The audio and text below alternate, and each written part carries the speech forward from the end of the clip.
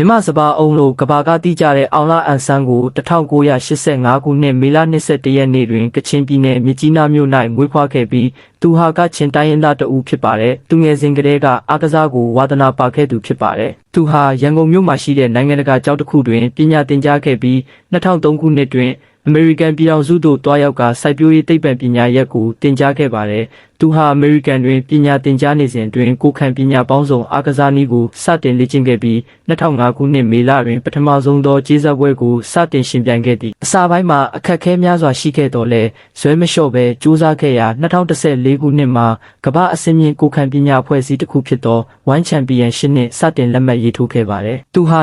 2019ခုနှစ်ဇွန်လ30ရက်နေ့တွင်ရန်ကုန်မြို့သူဝနမိုးလုံးလေလုံးအားကစားကွင်း၌ကျင်းပခဲ့သောပွဲစဉ်တွင်ကမ္ဘာမစ်တယ်ဝေတန်းချန်ပီယံဗီတာလီပစ်တက်စ်ကိုအနိုင်ယူကမြန်မာနိုင်ငံအတွက်ပထမဆုံးသောကမ္ဘာချန်ပီယံရွှေခါးဘတ်ကိုစုခူးပေးနိုင်ခဲ့ပါတယ်2018ခုနှစ်ဖေဖော်ဝါရီလတွင် Light Heavy ဝိတ်တန်းချန်ပီယံခါးဘတ်ကိုပါထပ်မံစုခူးနိုင်ခဲ့သဖြင့် One Championship ၏ဝိတ်တန်းနှစ်ခုချန်ပီယံအဖြစ်တမိုင်းတွင်ခဲ့ပါတယ်အောင်လာအန်ဆန်းဟာသူ့ရဲ့အောင်မြင်မှုတွေကိုမြန်မာပြည်သူပြည်သားများအတွက်ရည်ညွှန်းလေးရှိပြီးပရဟိတလုပ်ငန်းများကိုလည်းတက်ကြွစွာလှုပ်ဆောင်ခဲ့သောကြောင့်မြန်မာကုံဆောင်သူရဲကောင်းတဦးအဖြစ်ပြည်သူများကလိုက်လဲချစ်ခင်အားပေးကြပါတယ်အောင်လာအန်ဆန်းဟာမိသိမ့်ပိုက်ထားသောကမ္ဘာချန်ပီယံရွှေခါးပတ်နှစ်ခုလုံးကို2020ခုနှစ်နှင့်2021ခုနှစ်မှာနယ်သာလန်နိုင်ငံသားကစားသမားရိုင်းနီယာဒီရစ်တာနှင့်ရင်ဆိုင်ရစဉ်ပြန်လည်ဆုံးရှုံးခဲ့ရပါတယ်ပထမဦးစွာ2020ခုနှစ်အောက်တိုဘာလတွင်ကျင်းပခဲ့သောပွဲစဉ်၌ရိုင်းနီယာဒီရစ်တာ၏ချုပ်ကွက်ဖြင့်ရှုံးနိမ့်ကမစ်တယ်ဝိတ်တန်းချန်ပီယံခါးဘတ်ကို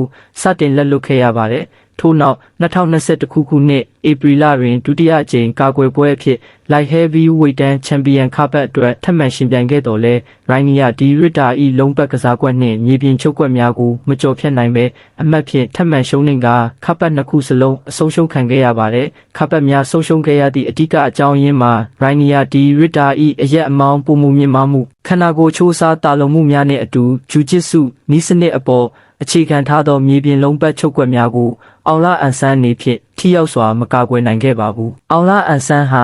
2023ခုနှစ်မေလတွင်တရုတ်ကစားသမားဖန်ယုံကိုအနိုင်ရရှိခဲ့ပြီးနောက်ပိုင်း2024ခုနှစ်တစ်နှစ်လုံးနီးပါးတွင်ပြိုင်ပွဲများဆက်လက်မထိုးဖြစ်ဘဲအချိန်တန်ကြာအနားယူခဲ့ပါတယ်ဆက်မထိုးဖြစ်ဘဲကာလရှည်ဝေးကွာခဲ့ရခြင်းမှာကမ္ဘာအဆင့်စိန်ခေါ်ပွဲများရရှိရန်စောင့်ဆိုင်းရခြင်းခန္ဓာကိုယ်ကြန့်ခိုင်မှုနှင့်နီးစနစ်တစ်များကိုအမေရိကန်ရှိကီကလစ်ကိုခံပညာစခန်းတွင်အချိန်ယူပြင်ဆင်နေရခြင်းတို့ကြောင့်ဖြစ်ပါတယ်ကျိုးဝိုင်းနှင့်ဝေးကွာနေသည့်တိုင်အောင်မြန်မာပရိသတ်များမှာသူ့အပေါ်ချစ်ခင်အားပေးမှုလျော့နည်းမသွားဘဲတခဲနက်ဆက်လက်ဝန်းရံခဲ့ကြပါတယ်မြန်မာပြည်သူပြည်သားများကအောင်လာအန်ဆန်းကိုတာမန်အားကစားသမားတဦးထက်ပို၍မိသားစုဝင်တယောက်ကဲ့သို့၎င်းနိုင်ငံကုံဆောင်သူရဲကောင်းတဦးကဲ့သို့၎င်းရိုးမြေနှင့်လိုက်လဲချစ်ခင်ကြတာပါသူနိုင်သည်ဖြစ်စေရှုံးသည်ဖြစ်စေမြမအလံကိုကမ္ဘာစင်မြင့်ထက်တွင်အမြဲကုန်ယူစွာလွှင့်ထူလေးရှိပြီးပွဲတိုင်းတွင်မြမပြည်သူများအတွက်ခွန်အားဖြစ်စေမည့်စကားလုံးများကိုပြောကြားလေးရှိပါတယ်ပရိသတ်များကသူ့ကိုစိတ်သက်ပိုင်းဆိုင်ရာအားကိုးရဖြစ်သတ်မှတ်ထားကြတယ်မြန်မာနိုင်ငံတွင်တဘာဝဘေးအန္တရာယ်များနှင့်အခက်အခဲများကြုံတွေ့ရတိုင်း